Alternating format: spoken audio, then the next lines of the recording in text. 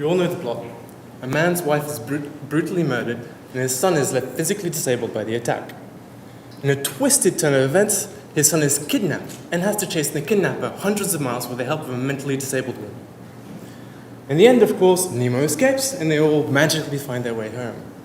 Now, when marine scientists around the world saw this, they proclaimed it was nonsense, but it was too late.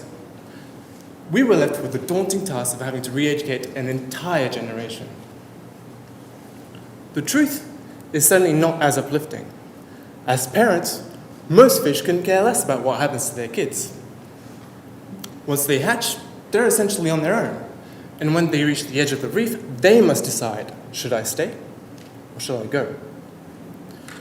We know that clownfish tend to like the creature comforts of home. In fact, some of our latest research even has a real-life story of Nemo moving back in with his parents.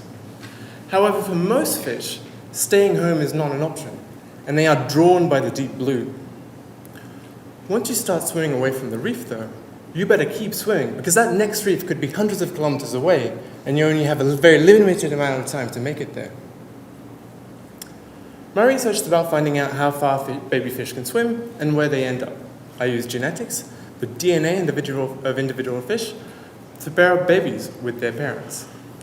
Sometimes I can even pick up a particular signature in a fish that tells me where it comes from, like the accents that we have, which allow us to tell an Aussie from a Kiwi.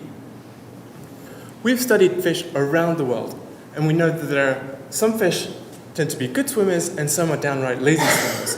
But the absolute best swimmer is the Arabian clownfish. These tiny little dudes can swim up to 400 kilometers just to find a new home. That's like you and me swimming from Townsville all the way to Cairns. Now, we don't do this just to make sure the next Disney movie sticks to the facts, or set swimming records in fish for that matter. Knowing where fish are going to end up allows us to make sure that there's a home waiting for them when they arrive. And knowing how far baby fish can swim helps us to understand how they're going to cope as reefs come and go. The further you can swim, the better you can cope. So keep calm and just keep swimming.